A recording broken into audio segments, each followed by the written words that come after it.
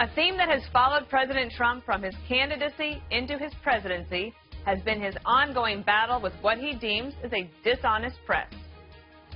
If you listen to the fake news, they say, like, he didn't pass any legislation. Everything's executive. It's wrong. Fake media, fake news. Fake news.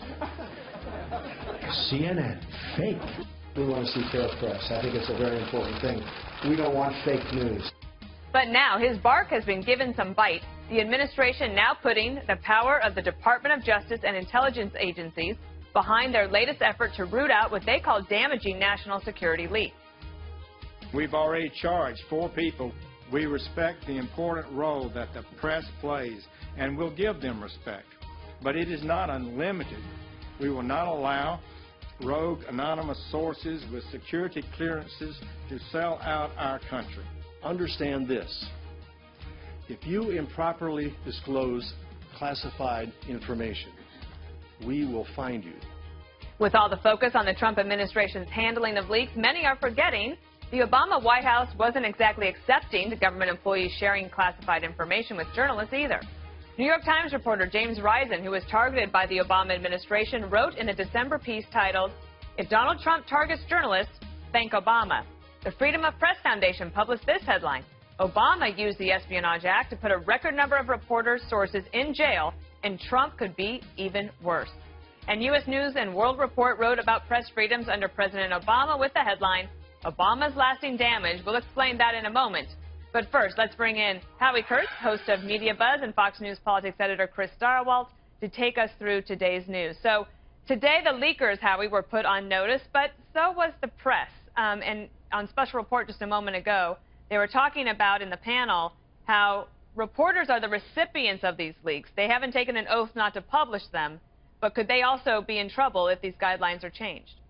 Well, absolutely. We saw that happen during the Obama administration when secret surveillance was conducted against the Associated Press, against our Fox News colleague James Rosen. And look, this is the leakiest administration in recorded history. I don't blame the president and the attorney general for being apoplectic about this, at least as far as the classified information is concerned.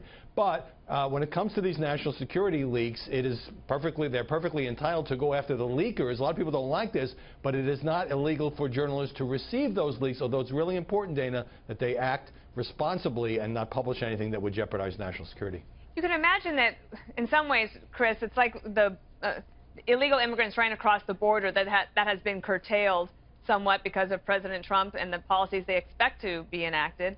And then you have this, where you have possibly the chilling of leaks. Do you think that this would be effective in showing the intelligence community and anybody that has access to national security information that you better fulfill your oath or else you actually could end up in jail? Well, right, and when we see, as Sessions indicates that we will, scalps, and you see people get arrested, you see people get fired, and make a lesson of them, yeah, I think that this will have that effect. As far as journalists go, the only question here, the federal government, when you see something like the leak of the transcript, whole daggone transcripts, entire transcripts of the president's call with world leaders, obviously that's the danger to national security, because that means world leaders won't feel comfortable talking to the president for fear that the things that they say in private to him will become public, and this changes everything. So somebody leaking something like that has reason to be afraid. The part about journalists is this: as long as they're not spying on us, and that's what the Obama administration did. They did it with the Associated Press, they did it with James, they did it with others. They're trying to make a criminal case against the people inside the government who are breaking the law, but in the process, are they surveilling us, are they snooping on us, and are they interfering with what we do? And that's where the trust ball goes back in their court. Howie, what is the media buzz inside the newsrooms in Washington, D.C. after this press conference this morning? Well, journalists get very nervous when they're targeted. The Attorney General didn't take any questions, but at the same time, he was sending a chilling message. When this has happened before in the Bush administration, when Judith Miller, then with the New York Times, went to jail, a lot of sources clammed up. Now, I do want to point out that a lot of the leaks that drives the White House nuts have to do with political infighting and agenda pushing, and they're not classified and they're not illegal. But look, this is an administration that's at war with the press. Certainly from a PR standpoint, they would not mind making an example of some journalists and blaming journalists for some of these damaging leaks, but there is a line they shouldn't cross when it comes to infringing on press freedom. I know it's a delicate balance. Right, and of course the intelligence community has had its, initially, I think it was certainly at the beginning of the presidency, the president very suspicious, I guess, of some of their results. Yeah. I guess I'm trying to be kind. That was what he said. And I wonder if maybe they think they've made their point, okay? Like, we understand that you can hurt the president if you want to. You've made your point. We get it. But one thing I think has been missing in all of this, Chris, is that if you are a reporter that gets information that could actually hurt somebody, so put somebody's life in danger, or curtail an investigation. Basically, when maybe one of our spies is there and they have to pull up out of a situation when they were actually about to nail somebody like a bad guy. What that actually hurts is the American taxpayer, because if we have to take that person out of the field, that means that all the training we have spent getting them ready was really for nothing. Well, right. But again, that's where the responsibility of a free press comes into play.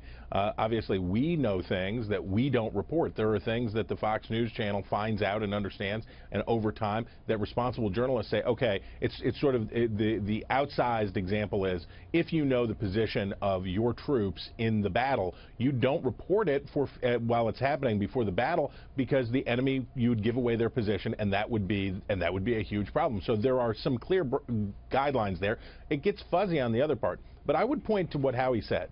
The danger for this administration, the real damage for this administration day in and day out, is like this, what we see, this baloney that's going on now in the NSA's office, while factions within the White House are leaking on each other to try to hurt H.R. McMaster and smear him, and the back and forth that keeps going on with this administration is the factions in this White House dump news on each other. Ain't nothing illegal about it, and the only way that you can fix that, and this, you have a new chief of staff that might put it into place, but the only way you're going to fix it is if the president says, I won't stand for it. I won't stand for anybody doing it anymore. Yep. All right. Well, Howie and Chris, thank you so much on a Friday night of breaking news. Appreciate it.